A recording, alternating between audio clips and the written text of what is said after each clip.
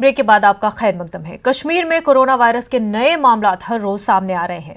वहीं अनलॉक 1 के बाद से बाजारों में काफी गहमा गहमी शुरू हो गई है। इंतजामिया ने बाजारों को मरहलावार तरीके से खुलने का शेड्यूल तैयार किया हुआ है। जम्मू कश्मीर में अभी कोरोना पॉजिटिव की तादाद 2411 है। राहत की बात यह है कि हर दिन इस बीमारी में मुब्तला लोग सेहतयाब भी हो रहे हैं। अभी तक 3194 लोग सेहतयाब भी हुए हैं।